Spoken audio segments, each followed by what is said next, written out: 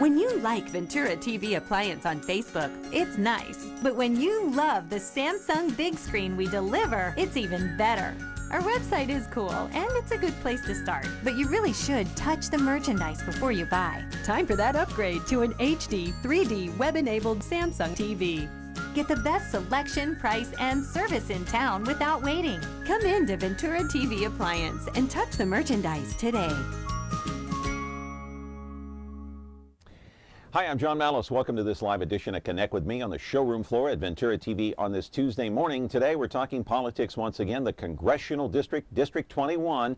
We have a candidate in the House. She wants to run and is running, in fact, wants to unseat David Valadao. We want your phone calls today, 436-ME-TV, option 11. We're back with our 1-hour program in a moment.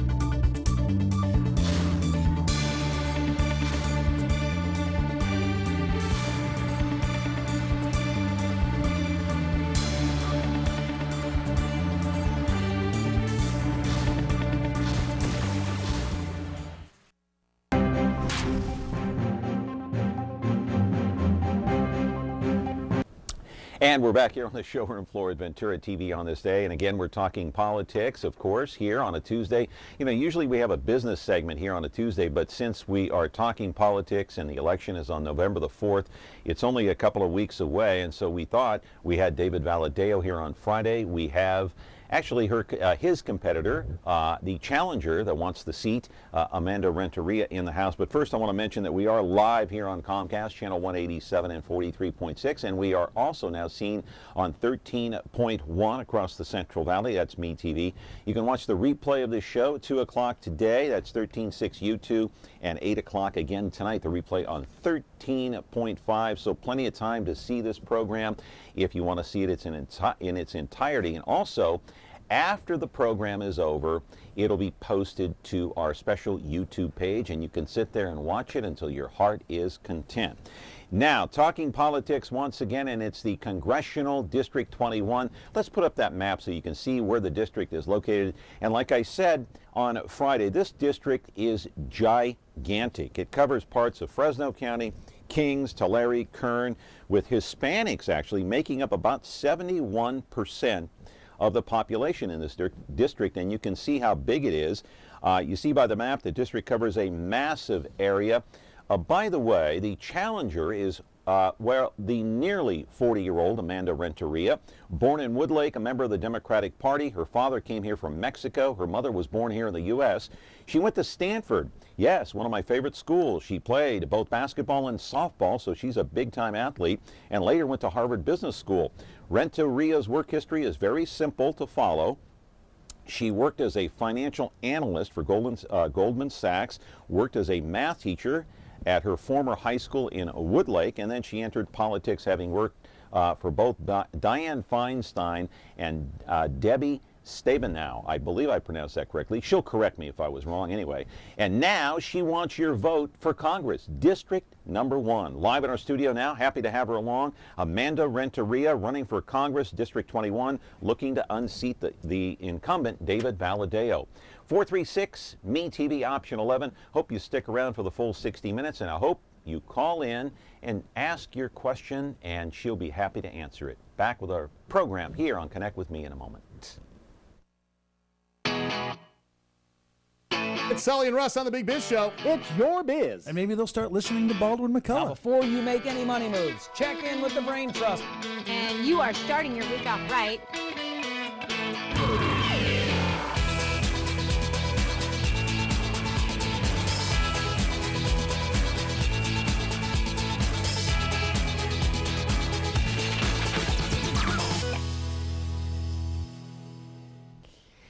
We are back here on the program, and once again today I am talking politics, and you know, that's the usual thing that we do here as we lead up to an election. It is coming around on November the 4th, and by the way, that November 4th show here on Connect with Me. We'll have two political analysts sitting side by side. One is a Democrat, one is a Republican. They'll go toe to toe, I guess, I think going through the issues, talking about the candidates. And on this program today, we'll do the same thing that we did on Friday. We're not going to talk about the opponent. We're just going to talk about the issues and your phone calls at 436-ME-TV, option 11. Welcome to the program. First time, yeah. Amanda Renteria, how are you? Great, thanks for having me here. So I said you're a big-time athlete over at Stanford. Were you a starter? I did. So I went there not as an athlete. I actually walked onto the basketball team and walked onto the softball team. The idea was I knew I needed to figure out a way to pay for college. It's incredibly expensive, of course, to go to Stanford. And what I had heard is if you work hard enough, you can figure out a way to get a scholarship. And so I broke into the starting lineup on the softball team as the starting third baseman and leadoff batter. And it was a great experience. I mean, really, truly an incredible experience to both be a student and athlete. You just walked on, huh? I did. Really? I did. I walked onto, not only did I walk onto the basketball team, but they had just won the national championship. So I literally walk in. What year was that? 1992. 92, yeah. So they had won 91, 92. Yeah, 91 and 92 they did win, and so you walked on. Well, let me ask you, I mean, you come from the Central Valley, you don't come from a rich family. How did you afford to go to Stanford? Pell Grants, Stafford loans, a lot of, federal loans, taking, and then you basically have debt. And then the other piece for me was I ended up earning the athletic scholarship. But that's exactly what happened to me when I got there and said, great opportunity, okay, now how do I pay for it? Yeah. And that's when you start to get creative, and that's when federal loans matter, but as much, you got to do what you can, whether it's work-study programs. I had a job while I was there, and in addition, I played sports. So I did everything I could to make sure I made it through. Let me ask you, because last week I mentioned you're a Democrat. Vice President Joe Biden came into town to give you some support in Bakersfield. I believe we have a picture of Joe Biden inside the limousine, and I think you're sitting in front of him. I think we've got that photo there. So what did you and the Vice President discuss? We talked a lot about the different issues that are facing the Valley, from clearly water, education, jobs. And also, a lot of my time was spent really introducing the Central Valley to folks. A lot of times people travel through here as fast as they can or over air, and they don't stop and actually see our families, see our faces, and I think that's what's really important. Do you think he understands the water issue here in the Central Valley? I mean, a lot of people that are on the East Coast or even in the Midwest don't fully understand our water problems here. No, I think that's exactly right. They don't. And so to have a moment with somebody to say, hold on a second, here's what's going on in the Central Valley. And by the way, most people don't even realize where their food comes from. And I feel like that's a part of why it's important to bring people here, because for that time that they're here, I get a chance to explain what we do here. Yeah. And I think it's incredibly important. Caller, go ahead. You're on the air. This is directed to, of course, Amanda. I commend her for her, education, and it makes a difference, too. Not too many women get the, the praises, whatever, In politics, it's a lot different, I hope it doesn't get to a nasty campaign. So far, it's just like in politics. But besides that, my issue with her, not so much good or bad. It's just that I was glad that I saw her people come out. I live in Sanger, come out to areas where there's a lot of Hispanics, and you need to get the Hispanic vote, number one. Okay, of course. I already said my ballot, and I'll tell you, I already voted for you, so I'm not worried about me. But you got to get the other ones that they haven't voted yet because they didn't know you or whatever, And I hope, by knowing personally now Biden, which I love, that was the greatest thing. I'm not here to criticize anybody, so I'm not going to do that. But run your campaign the way it should be, by your credentials. That's all you got to do. God will take care of the rest.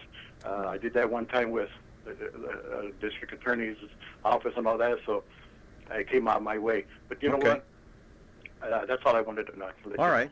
Thank you very Thank much. you. I guess a little voter advice for you, There right? you go. I love it. I love it. And thank you for the vote. Thank you for voting, period. That's a big part of our campaign is making sure people understand that, you know, their vote is their voice, and we need more folks to come out. And one of the things that we've done on this campaign is we've gone to a lot of places where generally politicians don't go to, often communities that have been left out, because we want everyone to be engaged and involved. And not only is that important for an election, that's important for truly bringing a community around. Yeah. Oh, we got to take a break already. Okay. All right. We're talking with Amanda Renteria. She wants your vote for Congressional District 21. 436 MeTV option 11. If you've seen the map of this district, how big is that thing? It is gigantic. How do you cover all that ground? We're back with our program in just a moment. Considering solar? Whether you're ready to buy now or just exploring your options, the consultants at Solar Negotiators are here to help you. A call to Solar Negotiators is like calling 5 solar companies at once. You see, when local established solar contractors have gaps in their schedule, they call Solar Negotiators to fill them. Right now, get 5 years of panel cleaning and maintenance or $1,000 off your new solar panels. So stop wasting your time searching and call Solar Negotiators, because when contractors compete for your business, you win.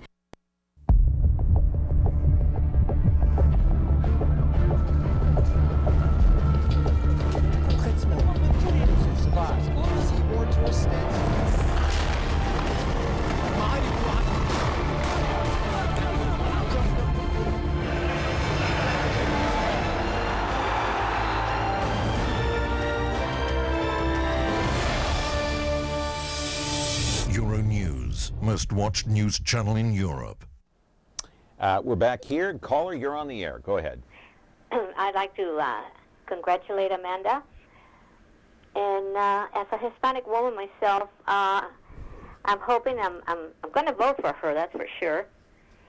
But what I want to find out is my concern has always been this thing with the statute of limitation on this one thing, rape. Is there any way or anyone can extend it to more than 5 years? I mean, for murder, there's no statute of limitation. In the meantime, it puts women, all women, in a situation where they can't seek justice for what they have gone through. Yeah. Can I get an opinion? Yeah. That's a good question. It is a good question, and I look forward to working on exactly these kinds of things, because certainly the effects of it last more than 5 years. You'd think that the law should take that into account as well. You know, I haven't seen any policy or any laws or bills that I've seen, but gosh, I look forward to working on this. I think there's a lot more we can do on a lot of the different women's issues in terms of protecting more women, in terms of empowering women. And even our young girls at an early age, having them understand their own confidence and their own power and strength. And some of that is exactly what you're talking about, which is make sure the statute of limitations actually do help our families, because sometimes it takes more than 5 years to understand the effects and to really be ready to come out and fight back. And so I look forward to doing that. Yeah, well, I hope you can do something. And like I said, a lot of people don't realize that getting over a rape is not easy, and it never goes away. It stays with you for life. Yeah. And especially if the person that did it to you doesn't get prosecuted, that's even worse. Yeah, that's right. Okay, thank you for the call. I really appreciate it. Isn't that kind of stunning and alarming in this day and age that there is a statute of limitations on rape? 5 years. I mean, sometimes it takes 5 years or more just for the victim to speak about it, to talk about what happened to them. That's right. And then, like the caller said, or indicated, that if the perpetrator is not brought to justice, that even worsens the problem. That's right. That's right. And then they could affect other people. So what can you do about it in Congress? You change the law. You know, you work with folks to say what is the right statute of limitations, and you change the law, and you work on that. But maybe it should be like murder. There should be no statute on it at all. It should be, you know, if you did this back 40 years ago, you ought to be prosecuted, right? Yep. Okay, let's move on to another topic, and that is, well, let me get back to the vice president just for a minute. Did he fully get a grasp or wrap his brain around this water thing? Does he know? You know, I think it's the start of an important conversation. I think the reality is what's happened at the federal level is most people don't understand where their food comes from or really the role the Central Valley has played. In large part, that's because California at the federal level has been fighting with each other. And it's why I get so excited about bringing people together, because the only way we're going to engage other states involved in our water issues is for them to understand that we're together as a delegation. And I think some of what I've seen of the inner fights between, you know, the parties or between the leaders really does hurt our ability to say to the vice president or to any other state, you know, help us with these water issues because it affects you. And I think that's one of the big missing pieces in how do we solve this for the long term and have real solutions to our water issues. Okay, a lot of people have suggested here in the Central Valley that our main problem is storage, the lack of storage, and that's what's brought on all of these problems. And so the question would be to you, and I asked David the same thing on Friday, are you in favor of more storage, storing more water to protect us during a drought situation? We've been in a drought now 4 years. So if we had more storage, we wouldn't be in such a panic situation. So are you in favor of more storage? Absolutely. Yeah, and I've said that from the beginning. How do we do that? So some of it is passing the California Water Bond, right? $2.7 billion. Folks will look at what are the different projects, dams, reservoirs, filling our aquifers. But I don't think storage alone can do it. We really need to think innovatively about how do we recycle, how do we use gray water, what do we do on desal, what are the new and latest technologies when it comes to water efficiency uses. As well as let's put our best minds in thinking about what are the new ideas that can truly change the game for water. Because this is just, what we're facing is just a microcosm of a larger issue on water. And that's we got a phone call here, but I just want to mention as we're looking at some of this video, outstanding video of the California aqueduct, but of course, you know, federal standards on this water, very, very restricted as to what farmers can use. There's an allocation each and every year as to how much they can use. This is over on the west side. They're having a lot of problems over there right now. The east side's even worse. Caller, go ahead. You're on the air. Yes. Excuse me. My question, or kind of a statement, then a question.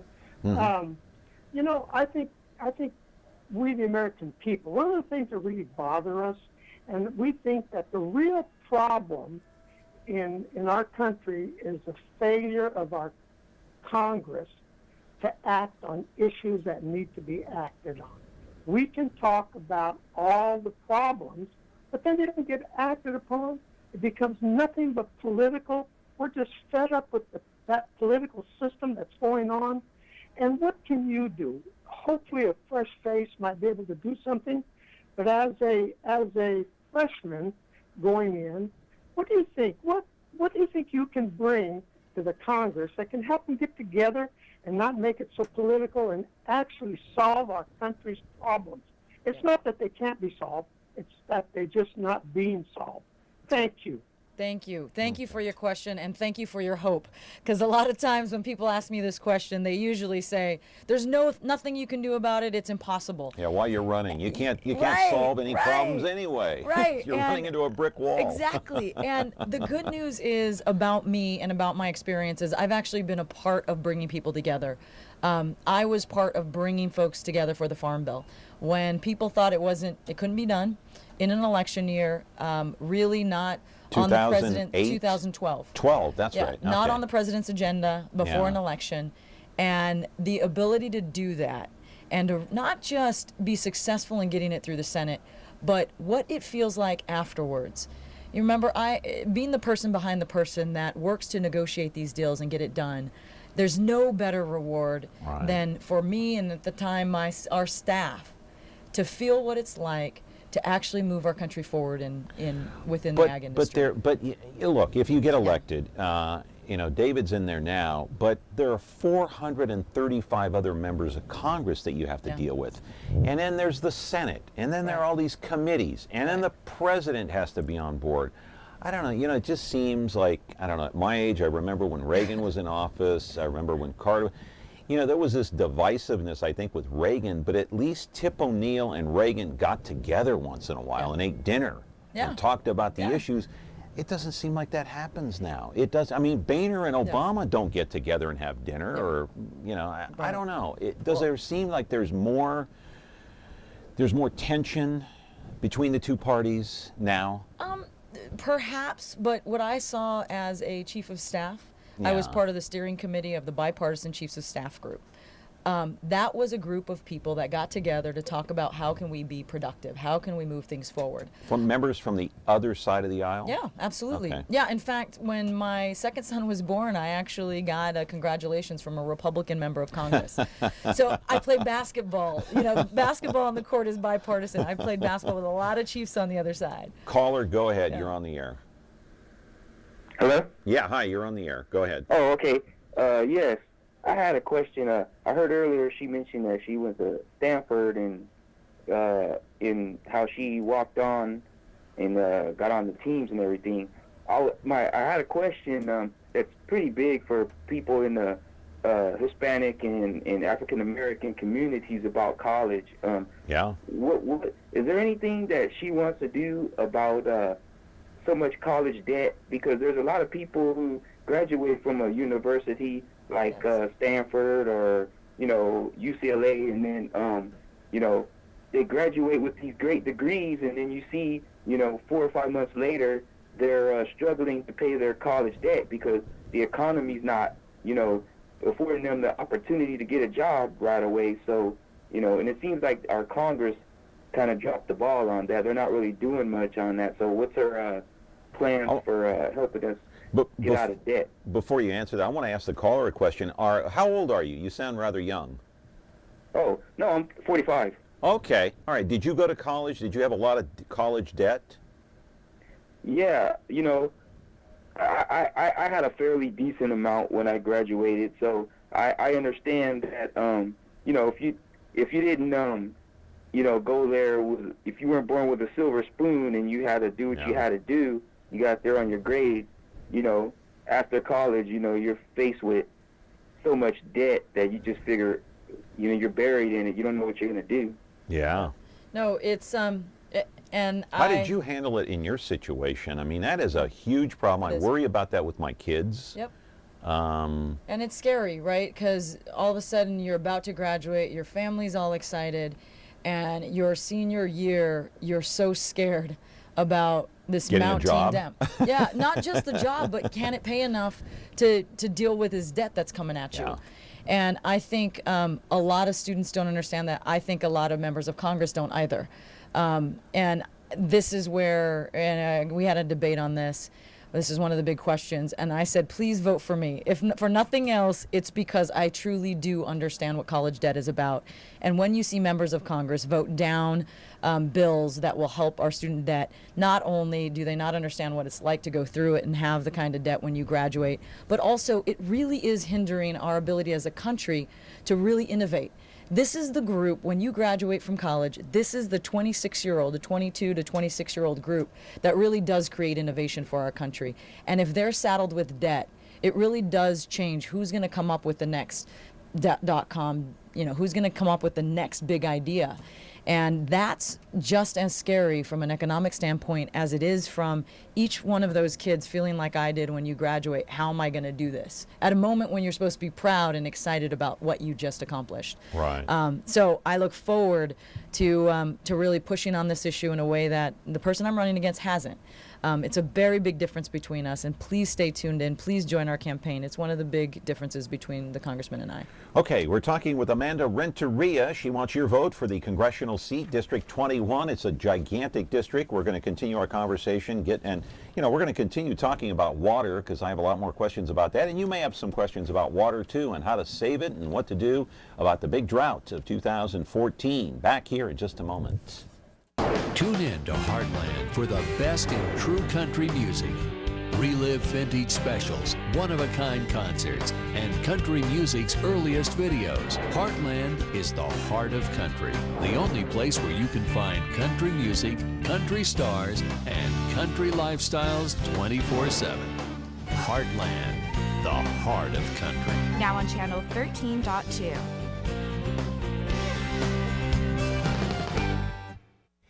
We're back here on the program. Connect with me, 436-ME-TV option 11. We're happy to have along Amanda Renteria running for Congressional District 21.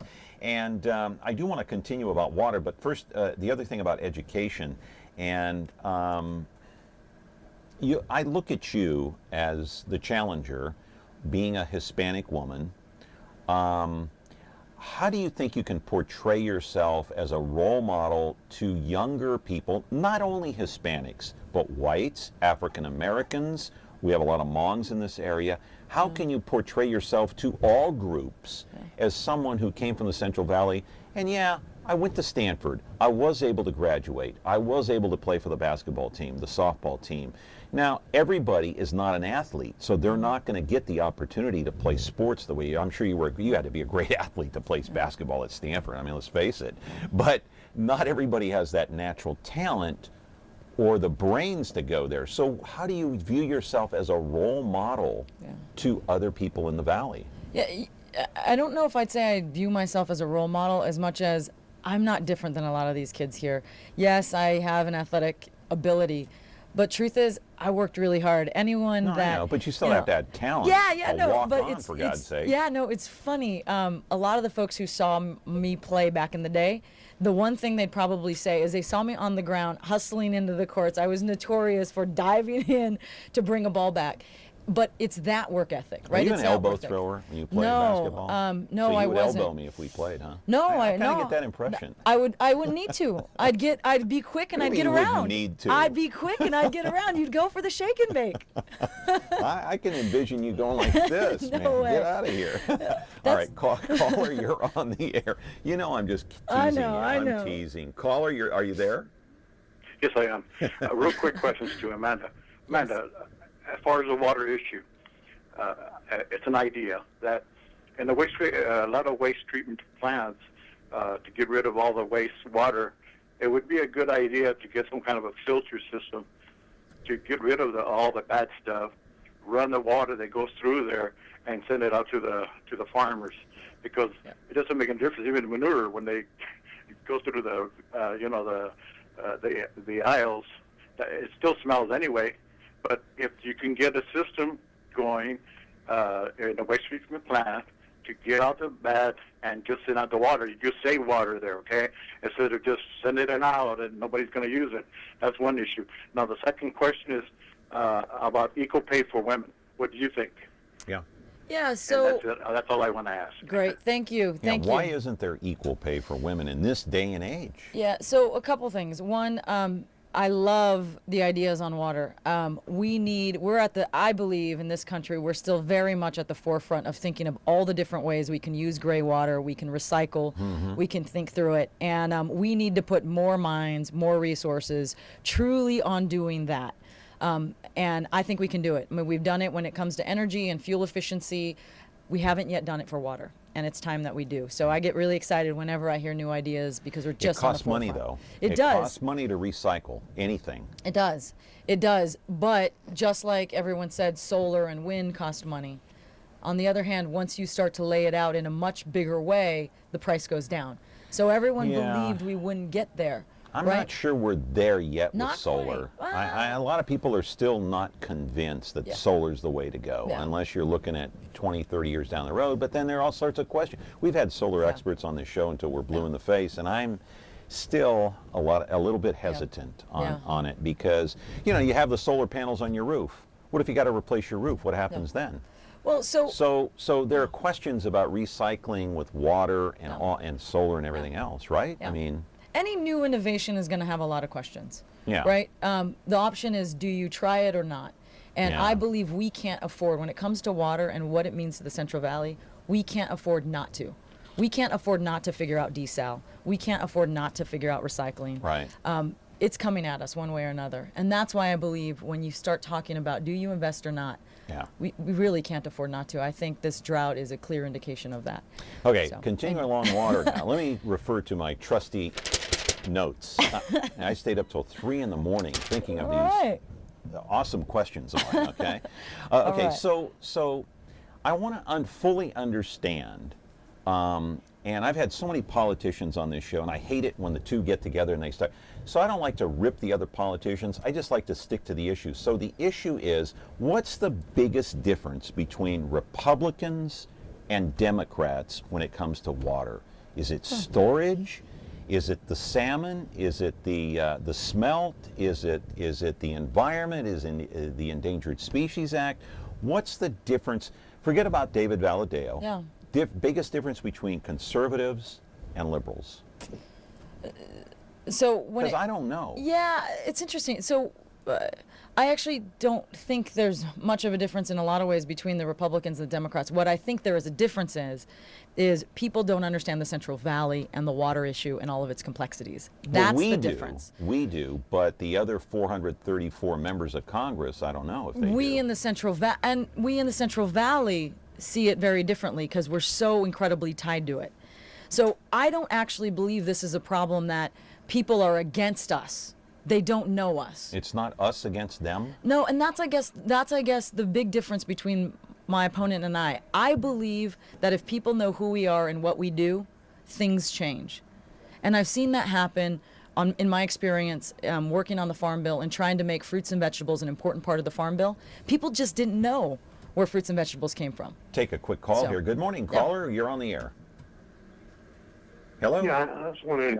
Hello? Yeah, you're on. Go ahead. Yeah, I was wondering if there's any comment from the candidate in regards to a rumor in regards to Valadao closing the hospital at the Lemoore Naval Air Station to generate income, patient, doctor income, whatever, at the Hanford Hospital. I don't know. I've not heard anything about that.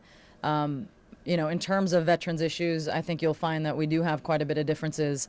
I'm the granddaughter of a World War II vet who never actually ever told us he had earned a Bronze Star. It wasn't until he passed away that we found this little shoebox in the corner of the closet. Yeah. That experience really has made me different on veterans issues in terms of what are we doing for mental health services, what are we doing for VAs, how are we making sure that when we go into war we have actually a way to take care of our veterans. I can tell you this, I'm a huge supporter of veterans issues, huge respect for it, and you would never see me cut veterans benefits or really cut oversight as well of veterans benefits, which is, again, one of the differences between Congressman Valadao and I. But to speak to the rumor, I'm sorry, sir, I haven't heard that and I don't know. Okay. Hey, we're talking with Amanda Renteria. Time for another break. We got 30 minutes to go, so time running out. 436-ME-TV, option 11.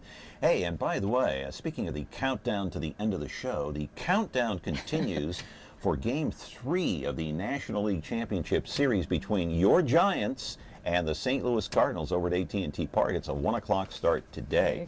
Back in just a moment. Frigidaire. We introduced the first home freezer, the first pulsator agitator washer. And now we introduce the Frigidaire Orbit Clean dishwasher, designed with a unique wash arm that gives you 4 times more water coverage for a consistently better clean. Frigidaire, over 90 years of legendary innovation. See the full line of Frigidaire appliances at Ventura TV Electronics and Appliances.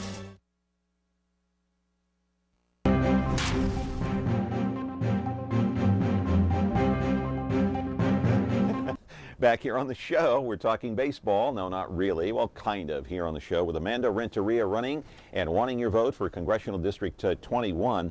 And I want to continue on the water thing. And I asked you what the biggest difference is between conservatives and Republicans. There is a difference, and sometimes I can't pinpoint what the difference is. I know both parties want water, but would you agree or disagree that a lot of people would come to the conclusion, at least on the other side, they would say, okay, it's Democrats who created this problem in the first place. They're in favor of the Endangered Species Act. They want to save the salmon. They want to save the smelt. How would you respond to that? So it's interesting. Most people don't. If you remember, Endangered Species Act was actually signed by a Republican president. I do remember that. Yeah. And then secondly, what I would say is this is sort of a false discussion, because what you see that the governor just did is he brought all these folks together for a water bond. And this is where I get disappointed when I hear that this is a Republican or a Democrat issue or people are fighting. It doesn't need to be like that. And we have evidence of that. But I've heard the people on the east side, the west side, they're blaming Feinstein and Boxer and many of the Democrats because they wanted to upgrade the Endangered Species Act. The restrictions are now much harsher than they were before to try to save fish and the environment. They're not worried about saving water for us. So how do you respond when you hear that? And you've heard that rhetoric before. Oh, yeah. So how do you respond when you hear it? Yeah, so in fact, Congressman asked me whether I'd, be willing to talk about the or open up the Endangered Species Act and talk about it, and my answer is yes. Loosen the restrictions. Yeah, and my answer is absolutely. To help us. Yeah, absolutely. Yeah. So it should be incredibly clear where I am on this issue. Do I think there's a lot of work that we here in the Central Valley need to do so that people understand what we do here? Yes. And that's the difference between, Congressman Valadao and I is I believe I can have a productive conversation to get to a solution. Because I do believe I do believe there's a lot of environmentalists that don't get it. They don't get what we do here. But you can't. Do you blame the environmentalists for our problems? Because they're the ones that are really in favor of saving the fish, it seems to me, from what I've read, more than talking about saving water for us. And there's a picture of the smelt, as if we've never seen it, but there it is. Yeah. It's much smaller than that, though. You see a big enlargement there on the screen. Yeah. But are the environmentalists to blame for this? I believe all of our leaders, including the environmentalists, are. Yeah. I think everybody's been asleep at the wheel while water's been going into the ocean, while we've had this drought coming for 3 years. This is what makes me so upset about our leadership, which is this isn't a new thing. Who and where is everyone been while this water is going out? Where has everybody been talking about federal water policy in a real way? And still at the federal level, we see nothing that has actually increased our water here. But that goes back to our original conversation that you have 434 other members of Congress that are back there that are not here that don't understand our issues because they have to log on to this as well. That's right. And, and this is why experience does matter. Having been part of the auto crisis and being able to see that one state is having a crisis, you have to actually come together and then make the case to the rest of the country. In that case, it was that auto manufacturing jobs matter. Maybe we haven't made the case to the rest of the country. We have not. We have not. And so how do we do that? You've got to bring the delegation together. We've got to start talking about, so I often talk about this when people say, where are you from, Amanda? And I say, what are you eating? Really? That comes from where I come from. Yeah. And you see this sort of blank stare of, oh, well, really? That's where, and then when you bring people here, like when Secretary of Agriculture came in, I said, no, I don't want you to come to one of the big cities. I want you to come to the little town of Fowler. I want you to see the faces and the people and hear, the intensity around what we do and the pride in what we do. I think that story hasn't been told, and we have to be, I believe leaders have to be much more welcoming of come in and visit us. So you agree that too much water has gone down into the ocean? Oh yeah. And my problem with it is, where was the congressman or where were our leaders saying, wait a second, guys, you can see this drought coming and it's going to decimate our agriculture industry. Hey, there's a lot of other stuff to talk about, but I want to finish up on this water thing, and I do want to run a video of Millerton Lake that might bring tears to your eyes. My goodness, we've run this so many times. It's a shot with a drone. Normally, look at that, Amanda. That mound there is normally covered totally in water. You can't even see it, but not in this day and age. 40% capacity to Millerton Lake. What do you think when you see that? Doesn't it just sadden you? Absolutely. I mean, this, and again, I mean, as I just mentioned, where have our leaders been in terms of solving this? We saw this doesn't happen in one day. No, absolutely not. I mean, it's an amazing video. Now, let me ask you, while we stick on this video and look at this, now, again, I don't want to get into mudslinging with the opponent. I know you won't do that, but just as a preface, we talk about the issues here. But I do want to mention David Valadao did pass H.R., or he passed it in the House, H.R. 3964, that's his bill, back in February. It has not been signed on to. Feinstein has her own bill now. There's David Valadao there. But so there are two competing bills in Congress, right? Well, one in the Senate, one in Congress. What's going to happen? They're both in committees now? Is that where these bills stand? You know, what I know that hasn't happened is we don't have a single drop of water, right? And you know, my frustration is, again, this problem isn't, you know, Congressman Valadao has been in office for 4 years. This isn't a brand new problem. And by the way, when you actually look at the bill he introduced, everyone identifies What don't you like about the bill? That it can't pass. That it can't pass. I'm just saying, I'm sure you've read it. Yeah. What about it don't you like? Because he does talk about more storage. With zero funding. So I think it's a little disingenuous, and I've seen a lot of bills that have zero funding, and I can tell you what happens. It's authorization language that goes nowhere. Is that the only thing you don't like about it, zero funding, or are there other things that you don't like? No, that's pretty much a big piece of why I don't like it. I think Is that why most Democrats have not supported this, including the president? I think there's a matter of process. So Nunez, this is basically, there's a history of this bill. You know, this is, in fact, most of the papers around here describe this as a Nunez bill in a new form. And that Devin Nunes. Yeah, Congressman. Okay. Yeah, Congressman Nunes. And so it's failed several times. And so when I saw the same bill come up, my concern was, we've tried that. Let's try and do something new. And to see the governor call it unwelcomed, and to see, you know, Senator Feinstein say it was dishonest. At the end of the day, we need to be able to bring these folks to the table and have them understand what we do in order for the rest of the country to really understand the importance of water here. And so my contention actually isn't with the bill itself. It's much more with the process, and then with the reality of there is no really long-term solution in here. All right, got to take a quick break here. Back here with Amanda Renteria, and your phone calls 436-ME-TV. Option 11, a lot more to talk about. We'll even talk about education and some other hot topic issues going on around the country and around the world. Back in a moment. Considering solar? Whether you're ready to buy now or just exploring your options, the consultants at Solar Negotiators are here to help you. A call to Solar Negotiators is like calling 5 solar companies at once. You see, when local established solar contractors have gaps in their schedule, they call Solar Negotiators to fill them. Right now, get 5 years of panel cleaning and maintenance or $1,000 off your new solar panels. So stop wasting your time searching and call Solar Negotiators, because when contractors compete for your business, you win.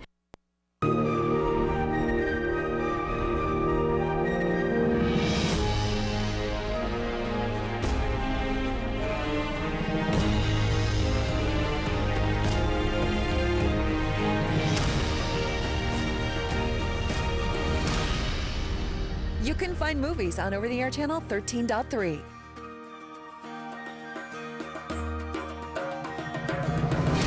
Movies. Our name says it all. Hey, back here on the show with Amanda Renteria. We got about 20 minutes left. 436-ME-TV option 11. We'll talk a little more about water, and we'll move on to something else. Temperance Flat, they're talking about building that. We have obviously a picture of Temperance Flat, or actually this is the groundwater. We'll talk about this first. Okay, in 2002, that's what the groundwater looked like. This is from NASA. Fast forward to 2014, with all the wells being built and the groundwater being tapped into, look what we've created in 2014. We're drying up California underground. Yeah. What do you think of that? I think this is people are doing what they have to do to get water. I understand that. You're in favor of tapping into the groundwater? You know, got to do what you got to do, or? We're in a crisis right now. I think it's really tough to tell people you can't dig down. Yeah. In order for your family to drink out of their tap or shower in their house.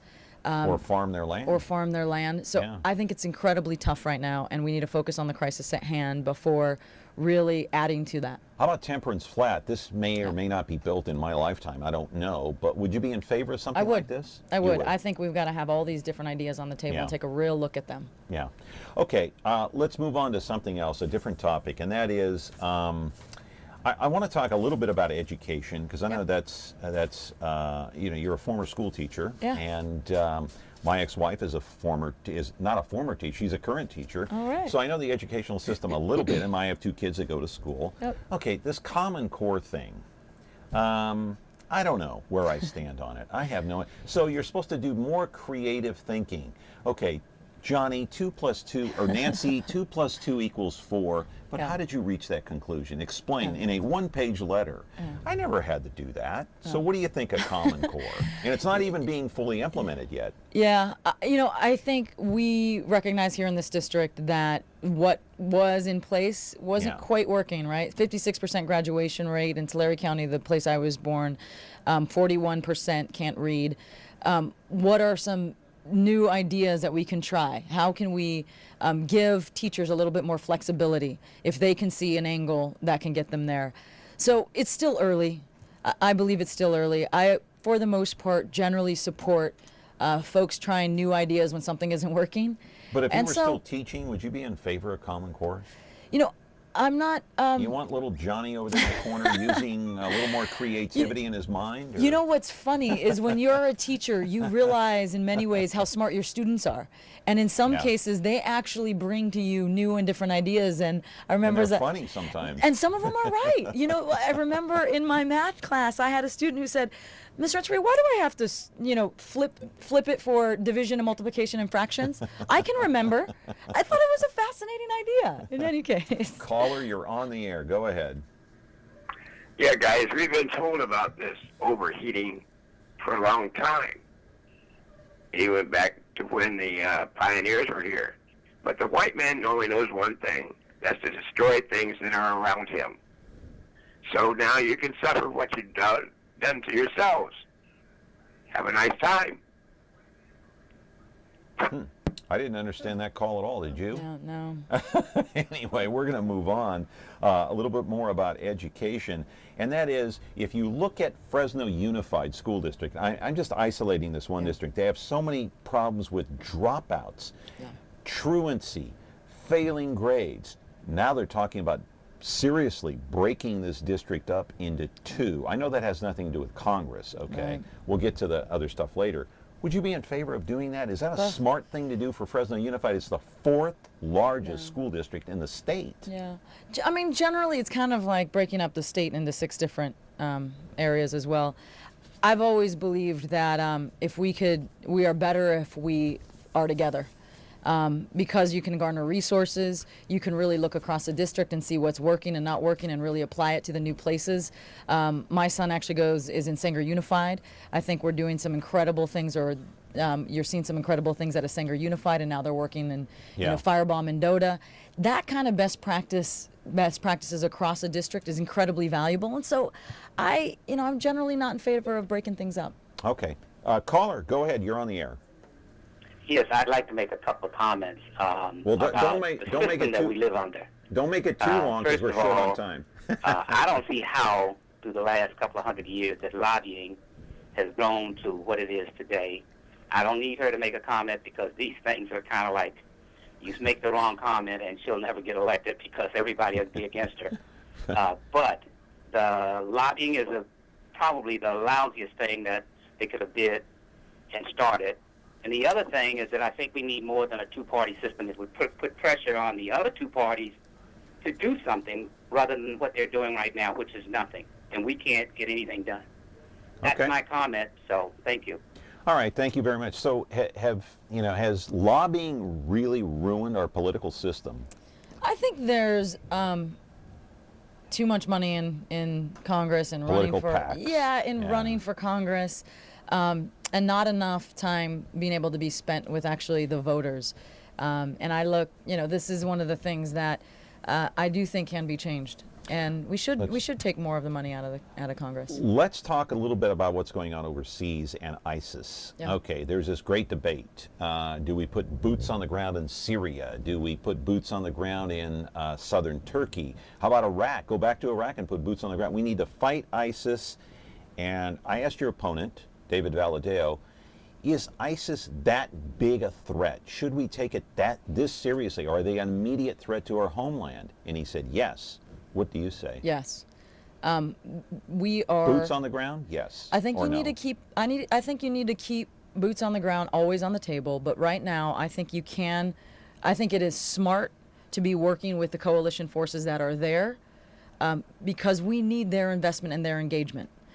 in order to make sure that we can fight ISIS. It can't be American boots on the ground right now. Why? I believe, and I think every leader, and you'll hear the military leaders talk about this as well, you need their homeland to figure this out, or we'll be back here in another 10 years. How did ISIS become so strong and have such a stronghold now in both Iraq and Syria? And these refugees are fleeing into Turkey now. Well, and this is what happens when you don't have a strong coalition to keep folks in check. I mean, what I would say about what the president has done, what the Congress has done, is given time to build this coalition. Has he been slow to react, though? I believe he is. I believe he has. Again, I used to, and I'm. But I mean, here's what bothers a lot of people. A year ago, we were talking about bombing Assad, get him out of there. Now we're talking about arming his rebels to fight ISIS. So that's amazing. Yeah, the one piece of respect I'll give, when I did work in the Senate, I used to have top security, secret security clearance. Right. And I recognize that there's a lot of things that now I don't know, and a lot of us don't know. While I criticize, I would like to have a plan. Truth is, I don't have that information that I used to have. But I do think the coalition we're building out there, or that's being built, is truly remarkable. Now, how does it move forward is a big question, right? I mean, you do have Bahrain and UAE and Qatar and the Jordanians. I mean, when you put this group together, it's quite impressive that they're actually working together. Now, but I think what gets people are the beheadings. That's what outrages people and creates a little fear. We got a caller? Okay. Yeah. Caller, you're on the air. Go ahead. A question to Amanda. Do you think that they should limit the terms in Congress and the House of Representatives to maybe 2 or 4 terms? And the reason I say is some of the congressmen and representatives have been there for like 40 years, 30 years. And I think it's good to have younger people like yourself with good ideas. And but I know it's more of a 3-party now. It's not really 2, but I won't say the other party. Okay. But besides that, okay. All right. So I think getting the term in Congress and representatives would be something like 2 years. I mean, 2 terms, or maybe 4 at the most. You know, because they're going to be there for 40 years. You know, and Got it. and you were talking, and as you were talking to lobbyists and all that, there's always going to be lobbyists because they want favors, and that's all I want to say. Okay, thank you. How about limited term limits for Congress so younger people like yourself can get in? So I actually think the system is working at the moment. We have a lot of, if you look at the retirements now and a lot of new folks right now, I think I sort of feel like we're in a good place where at the moment we have some folks have been there a while and you have a lot of new blood coming in. I think it is happening.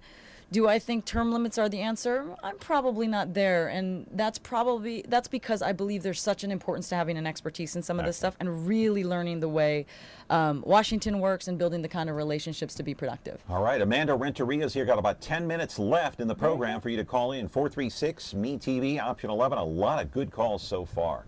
Back in just a moment. Tough TV is the first digital broadcast network to offer first-run original programming targeted at men. Tough TV features content that men are passionate about. Sports. No matter what happens in the fight, good right, left. He's coming on strong. Lifestyle. What we've done is we've created a technology that allows us to run video games in extremely powerful servers in server centers. Drama. Did you cause this? Reality. Welcome to this edition of Eye for an Eye. Now, today in court, we have the case of the reckless brother who tried to unravel his own family ties. Talk. Bam, we have a winner. Specials. I'm Dick Butkus. Welcome to the Butkus Awards TV special. And movies. Everybody on your knees, put your hands on the table. Sports, lifestyle, drama, reality, talk, specials, and movies. Are you tough enough? So you know what some of the late night comedians are talking about? You know, these fundraisers that the president is going to, you have to pay like $35,000 a plate. And the joke is, Why do you have to pay 35 grand? Just go to Washington, D.C., jump the fence at the White House, and go in for free and meet the president at no cost. And I'm joking about that, but I mean, it's a joke. I don't suggest that. I don't suggest that, and I mean, suspect why pay it might cost. grand when you can jump the fence and see him for free? Now, what do you do about security? I mean, there are a lot of people that thought, maybe they should have shot that guy that came through. I mean, he walked right through the door, went into the East Room. Amazing. I was stunned when I heard that. You know, what do you do about that? Yeah, it seems like they're making changes in Secret Service. Yeah. You know, so they are. Because you know about security. You work in Washington. I mean, they're really taking it. I mean, it does seem, and they should take it pretty seriously. I know, but there's always the balance, right? You want to be accessible, and at the same time, you want to be careful. By the way, I think I heard that joke on Letterman. So there you go. So I stole that. Anyway, caller, you're on the air. Go ahead. It sounds like you're a politician already. So instead of being in Congress, it sounds like you can do more outside by keeping the guy's feet to the fire. And why don't you do that for 3 or 4 or 5 more years? Or let's see what you can really do outside so we can put you in office. You can make a difference. Because right now, you're just all bubbly and exciting, and you've got a great smile and a good personality. And you have a lot of thoughts that, yes, we can change it, but we haven't heard how we can change anything. That's a good point. So you're really sounding like a politician. Show us how you change it. Yeah. Show us. Great. So Okay, we'll caller. get behind you 100%. Okay, yeah. Thank you. Yeah, you look great now. Get into office and come back and see us in 10, 20 years, and then see how you're feeling. Yeah, so, you know. See if you still have that smile on your face. And when you wake up every day, I mean, I got into public service as a teacher and a coach. Right. And when you wake up every day knowing you're empowering the kids, the smile and the positive energy is important. Yeah. But the reality is, a girl doesn't go and become a chief of staff because she has a nice smile. She No, goes, you know she what I becomes, mean. no, but That this could be is for a guy too. I mean, if I could say the same thing to Valadeo. Hey, you got a great smile. Yeah. Well, let me see you in 10 years. Yeah, and so this because is of the gridlock. right. There's so much So gridlock this there, is and the you good. like you're banging your head against the wall. Well, and this is what I love about what I've done, which is the question of, let's see what you've done. I've done it. Yeah. When it comes to getting a farm bill done, I've done it. When it comes to economic policy for the nation, I've done it. When it comes to what I can do, people have been able to see my proven track record. It's why I've won awards in what I have done in the past. Yeah. It's not because You can smile. Yeah, or it does take a positive energy. It's true. No, you do have a lot of energy, though. At the end of the day, it's have you been trained? I mean, there's a reason I went to Stanford and Harvard Business School is to get the training and to get the experience to actually get it done. And it's also why the Fresno Bee endorsed me. They've seen the proven track record. They've seen what I've been able to do. 2 more topics here, and we've only got a few minutes left. High-speed rail. Your opponent is just adamantly against it. Okay. In favor or against for you? I'm against right now. Okay. On the other hand, why? Because the implementation and the cost have been out of whack. Yeah. Now, I haven't, though, poisoned the well so much as my opponent has that if this thing comes through, I will be able to be at the table to say, if this thing is coming, I want the jobs to come from here. Because there is a reality. If this thing comes, it's a lot of jobs for a place like the 21st District. And we can't just put ourselves in a corner, shut it all down, and say, I'm not going to talk about it. And then here comes the high-speed rail with people being brought in from elsewhere for these jobs. And so a big difference is, I'm against where it is, but I will fight like heck to make sure those jobs are here. Yeah, a lot of people think that this thing costs $68 billion. Many people think it'll cost more than that, $9 billion in bonds. And they're saying they want to connect LA to San Francisco, but who knows? I don't think that's a question that anybody can answer right now. Too early in the game. Quickly, got 2 minutes left. The big scare in the country now, Ebola. Yep. Thomas Eric Duncan, the first person diagnosed with Ebola here in the States, died, of course, last week. A nurse has now been diagnosed. A second person has been diagnosed. This is the big scare in the country now. We've got about a minute left. What do you do about it? Yeah, you put resources into making sure the CDC is equipped, that we're educating people as much as we can about what they need to do, that we're following protocol. And that really what I want to hear from CDC and our smart people who know how to deal with this, tell me what you need so that we stop this in its tracks now. Okay. Yeah. So. 30 seconds left. Look into that camera there. That's yours. And tell people why they should vote for you. It's time to take the Central Valley in a new direction. with someone who can really get the job done. And I'm fortunate to have Fresno Bee's endorsement because they've seen that I'm effective and I can get it done, and I have the passion and the compassion to get it done. So I ask for your vote. Thank you so much for joining us today. All right, that's going to do it. Amanda, good luck to you on the trail. Thank you got a great smile and a very smart person, and good luck to you. All right. Appreciate it. Hey, come back again. There if you get elected, will you come back? Only if there's a basketball hoop. Okay. And we do that. I'll take you on one-on-one. All right, back tomorrow with another edition of Connect with Me on Comcast 187, 43.6, and 13.1. Have a great day. Go Giants. See you tomorrow.